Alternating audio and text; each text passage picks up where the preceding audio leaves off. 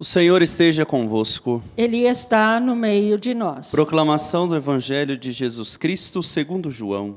Glória a vós, Senhor. Naquele tempo, muitos dos judeus que tinham ido à casa de Maria e viram o que Jesus fizera, creram nele. Alguns, porém, foram ter com os fariseus e contaram o que Jesus tinha feito. Então o sumo sacerdote e os fariseus reuniram o conselho e disseram: o que faremos? Este homem realiza muitos sinais. Se deixamos que ele continue assim, todos vão acreditar nele. E virão os romanos e destruirão o nosso lugar santo e a nossa nação. Um deles, chamado Caifás, sumo sacerdote em função naquele ano, disse: vós não entendeis nada, não percebeis que é melhor um só morrer pelo povo do que perecer a nação inteira? Caifás não falou isso por si mesmo. Sendo sumo sacerdote em função naquele ano, profetizou que Jesus iria morrer pela nação. E não só pela nação, mas também para reunir os filhos de Deus dispersos. A partir desse dia, as autoridades judaicas tomaram a decisão de matar Jesus. Por isso, Jesus não andava mais em público no meio dos judeus. Retirou-se para uma região perto do deserto, para a cidade chamada Efraim. Ali permaneceu com seus discípulos. A Páscoa dos judeus estava próxima. Muita gente do campo tinha subido a Jerusalém para se purificar antes da Páscoa. Procuravam Jesus e, ao reunirem-se no templo, comentavam entre si: o que vos parece? Será que ele não vem para a festa? Palavra da salvação. Glória a vós, Senhor. Amados e amadas de Deus, neste sábado, nesta manhã, encerrando a quinta semana da Quaresma, logo mais nós vamos dar início à Semana Maior, a Semana Santa, com a celebração do Domingo de Ramos, que marca a entrada triunfal do nosso Senhor Jesus em Jerusalém, a cidade celeste, onde lá o Senhor Jesus, ao entrar, não sairá vivo, e sim crucificado. Por isso, meu irmão, minha irmã, todos nós somos convidados a vivenciarmos esses dias com o Senhor Jesus. Caminhando com Jesus, nós vamos vivendo o seu mistério, vivendo a sua dor, a sua angústia, vivendo o seu sofrimento, e também o pleno cumprimento da vontade de Deus, e também a salvação que vai sendo dada, sobretudo nestes últimos dias, que antecede a Páscoa cristã, a Páscoa do Senhor Jesus, a ressurreição. Contudo, hoje no Evangelho de São João, capítulo 11, dos versos 45 ao 56, a comunidade joanina nos introduz já nesse mistério que nós vamos viver. E também nós ouvimos hoje algumas justificativas, articulações políticas, religiosas, de como silenciar o Senhor Jesus. Percebam que a mensagem de Jesus, a proposta de Jesus, incomodou muitas pessoas. Enquanto Jesus falava aos pequenos grupos, enquanto Jesus realizava um milagre aqui, outro ali, uma cura aqui, um perdão dos pecados ali, eles apenas acompanhavam Jesus, como eles acompanhavam outros tantos profetas, ou ditos falsos profetas, tantos rebeldes que se levantavam com as propostas messiânicas. Jesus não foi o único a falar do fim do mundo, a falar da vida eterna. Jesus não foi o único a falar da ressurreição, mas sim tantos outros que surgiram como falsos messias, o falso messianismo, até a chegada definitiva do Senhor Jesus, que também não é assumida plenamente por alguns grupos sociais, dentre eles os fariseus, os escribas, doutores da lei e etc. Apenas aqueles que estavam com o coração aberto, entenderam a mensagem de Jesus, reconheceram Jesus como o verdadeiro Messias e começaram a segui-lo. Mas os passos, as propostas, as ações do Senhor Jesus já tinham incomodado muito, tanto o poder religioso como esses grupos sociais também. O Império Romano estava pouco preocupado com a pessoa do Senhor Jesus. Eles não estavam preocupados se Jesus iria promover uma revolução ou não, porque era o poder civil bélico constituído, poderoso, um arsenal gigantesco.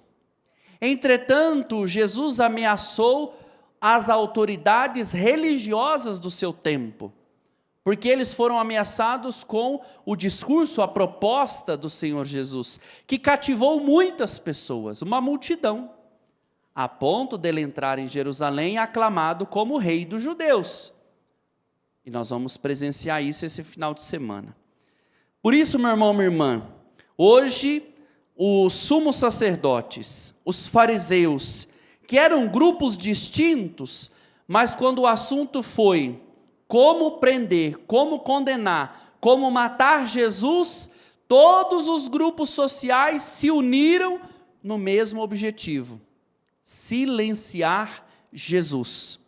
Se o movimento começa a causar muita confusão, muito falatório, diz que não me disse, automaticamente é preciso silenciar o líder, quem está à frente, para então o movimento se acabar. Essa é a dinâmica. Eles procuraram silenciar o Senhor Jesus e se armaram, se articularam entre esses grupos, entre essas pessoas, essas lideranças, para colocar um fim no Senhor Jesus, pensando que, matando Jesus, estariam acabando com o movimento do Senhor Jesus. E aí os seus apóstolos, discípulos, seguidores, simpatizantes, os curiosos, iriam se dispersando aos poucos, até minar todo o movimento. Contudo, eles não contavam com a ressurreição de Jesus. Se o Senhor Jesus causou tanto escândalo e cativou tantas pessoas, imagine o pós-ressurreição, onde as pessoas entenderam que ele não morreu, mas ele está vivo. E aí uma legião de homens e mulheres acreditaram e passaram a seguir e propagar a mensagem do Senhor Jesus. Assim também a nossa vida. Quando nós semeamos as sementes do bem, quando nós semeamos a palavra de Deus, quando nós fazemos o bem às pessoas, quando nós somos sinal do reino de Deus, nós também incomodamos as pessoas, nós também geramos nos corações que nos acompanha um certo egoísmo, uma certa inveja, uma certa vontade também de nos silenciar. Quantos profetas, quantas profetisas dos tempos modernos foram silenciados? Quantos homens e mulheres que disseram a verdade, lutaram por uma igreja, lutaram pela pessoa do Senhor Jesus, lutaram por causa do Evangelho, defendendo a vida, a justiça, foram mortos. Quantos mártires nós temos no mundo, no Brasil?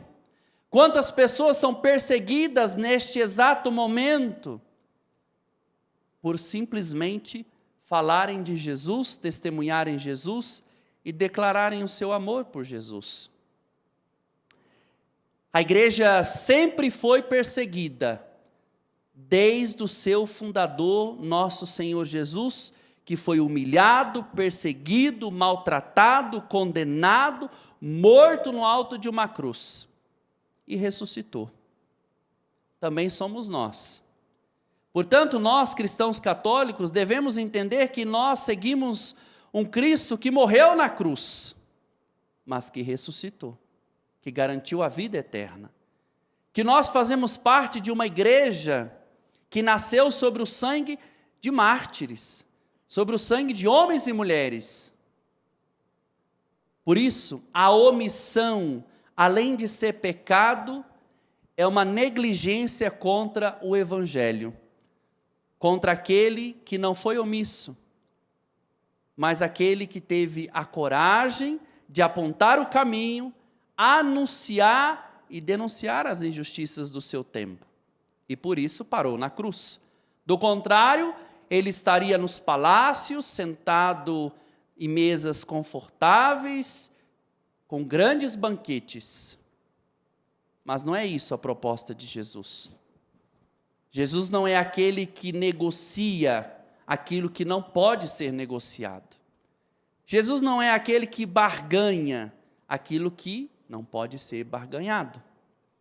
Por isso, meu irmão, minha irmã, ser católico nos dias de hoje é estarmos dispostos também a irmos para a cruz, mesmo que a cruz não seja mais o madeiro, mas a cruz da injustiça, a cruz da indiferença, a cruz da exclusão. Se você é católico, tenha consciência, você sempre caminhou e sempre caminhará na contramão da lógica do mundo. Quem aplaude o mundo e a sua mundanidade, aplaude o próprio demônio, aquele que divide, aquele que destrói, aquele que humilha, aquele que persegue. Não tenha medo de ser católico, não tenha medo de profetizar, não tenha medo de declarar o seu amor pela igreja. Não seja como aquela ovelha mansa, calada e que sempre diz amém a quem não se deve dizer amém. Entenda, aquele que morreu na cruz é o mesmo que curou, o mesmo que salvou, o mesmo que perdoou, mas também o mesmo que expulsou os vendilhões do templo. Por isso, meu irmão e minha irmã, se você é católico de verdade, a sua arma é a oração e ação. Ora et labora. É orando e trabalhando pela salvação do mundo. Essa é a nossa missão, essa foi a missão de Jesus. Anunciar o reino de Deus e promover uma cultura da paz, do amor e da misericórdia. Se você ainda não entendeu qual é o seu papel dentro da igreja e como católico, é só olhar para Jesus. Ele é o modelo a ser seguido. Ele é o exemplo a ser seguido. E os seus ensinamentos devem ser a nossa cartilha diária de conduta ética e moral. Onde nós estivermos, somos chamados a sermos outros Cristos na realidade que nos cerca.